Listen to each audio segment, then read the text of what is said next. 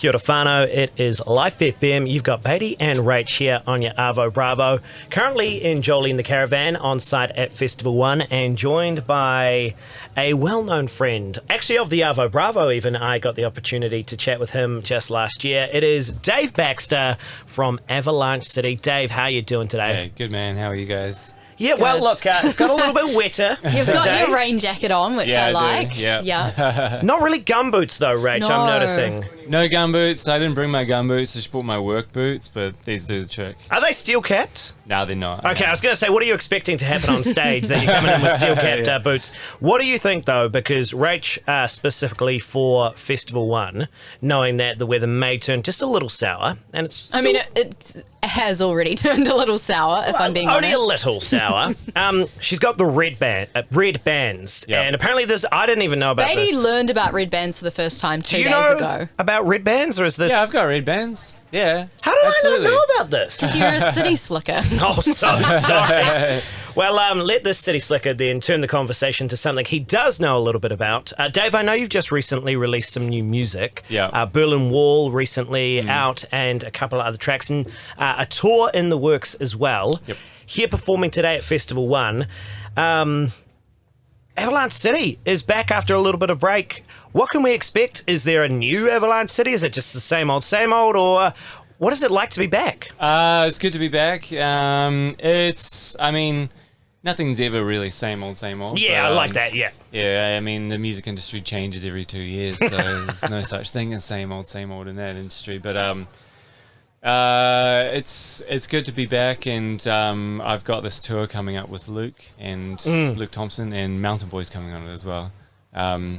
And so that's going to be cool. I just had a nice big break, and then I mean, because we got pretty exhausted. We toured Europe, and I was doing lots of touring, and then we had a kid. Yeah. And then we toured Europe with a kid, and that was crazy. And then Yeah, I can imagine. we came back and we were like, we're exhausted, and I was like, let's go back to Europe and do another tour. And we started sort of looking at planning it, and then COVID hit. Yeah. And I was like, thank God, let's just cancel the tour. I'm so tired.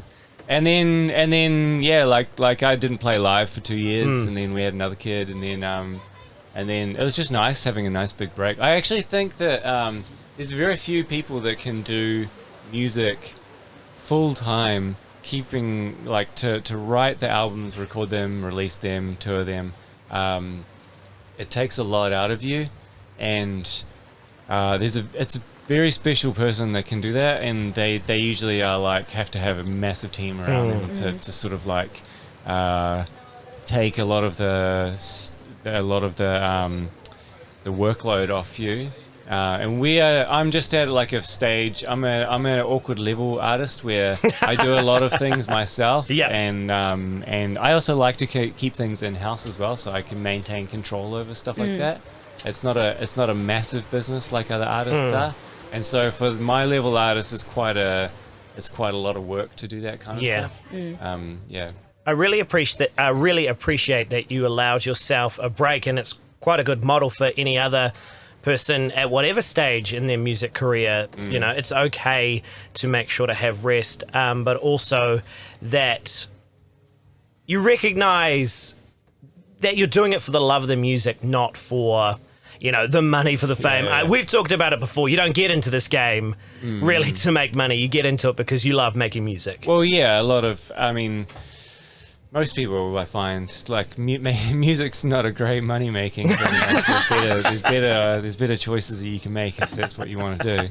But yeah, you really have to love it. And if you find that it's if I actually didn't plan to have a 5-year break and then come back. I just found myself feeling like I didn't want to do it for a while, and then it stretched on for years, and I wasn't really expecting that. I still actually did do music. I still I recorded other people sometimes, and I would still write a bit of music, but nothing that I was particularly like stoked on that I felt like I could release.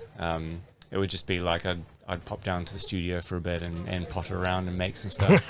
And so it wasn't a planned thing. It wasn't like a thing where I was like, okay, now I'm going to take 5 years break. I was just like, I need a rest. I can't do this. and then yeah, after a while, I was like, actually, it would be fun to do again. And I sort of, you have to follow your, maybe it's instincts, or maybe it's just like how you feel and how how your enthusiasm for something. So you shouldn't do something if you're not like excited about it. And so I just waited till I was excited about releasing music again to do it. Yeah, one of the songs that we do play on Life FM that is quite popular is your song with Bluey Green, Forever Golden Light. Oh, yeah. Cool. I wanted to ask about that because I really enjoyed that as like a collaboration of two Kiwi artists, and you being somebody who's been in the game for a little bit longer. What was that like to collab with Bluey Green? Oh, he's awesome. Yeah, Mitch is great. I love just hanging out with him, and we just hang out in the studio and write together, and it's fun. It's just like two friends just hanging out, making music.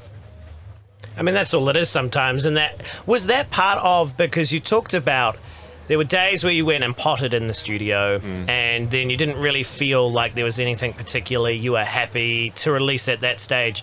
Was there a moment where that kind of changed? Was it a season where it shifted? Was there a, oh, that is a song now suddenly where I actually want to release that, Berlin Wall or otherwise? Because I love the permission that's been given to have rest, but I also wonder about what was the transition back to now we get to see Avalanche City on stage again at Festival 1. That's a good question. There was a long transition, and because I'd taken such a long time, such a massive break, the barrier to get back in was quite high, and I sort of actually, like, it was kind of strategic. I broke it down a little bit and into stages, and there was just, first of all, was I just felt myself feeling like I wanted to put something out and play shows again, and I felt like the music industry as it was more viable to do that, because the album isn't such a huge thing anymore. You can put out a song and then you can wait 2 months to put out another song.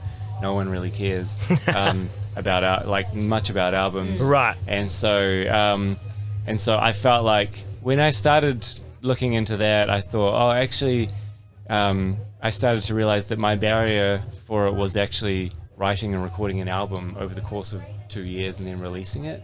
To me, that was the big barrier, and to be honest, it still kind of is. And so the idea of recording a song, releasing it, and then recording another song and releasing it, it was really appealing to me. So I basically just kind of figured out what I wanted my stuff to sound like. I was like, well, if I do release music again, what do I want it to sound like? And so I started a journey of like listening to music and figuring out like stuff that I'd written in the past, other artists that I loved that I wanted to take aspects of and be inspired by.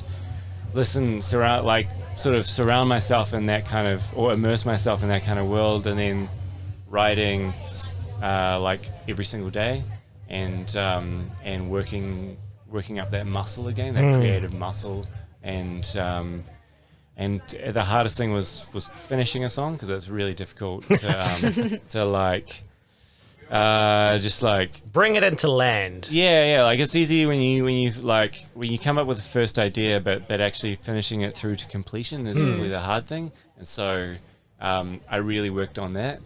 So instead of just shelving a song and then thinking that I'll come back to it in a month's time, I would sort of push through, and then the next day I'd push through, and then the next day I'd push through, and eventually I got to a point where I felt like I could write a full song and be happy with it, and then recorded it, and then the first thing of putting it out was crazy. It was just like it's such a funny like weird automated process for putting out a song these days. It's because like when I used to do it, it was like you'd hand it to the label and stuff like that, or management and stuff, and I still have management, but I decided to do this all in-house myself, just to kind of keep it personal, and I just kind of like uploaded it to my online distributor and clicked go, and I was like, oh, I guess that's it. Suddenly it's just out in the world. Yeah, I was Yeah. like, Avalanche City is back. yeah, that's it. Funny, yeah.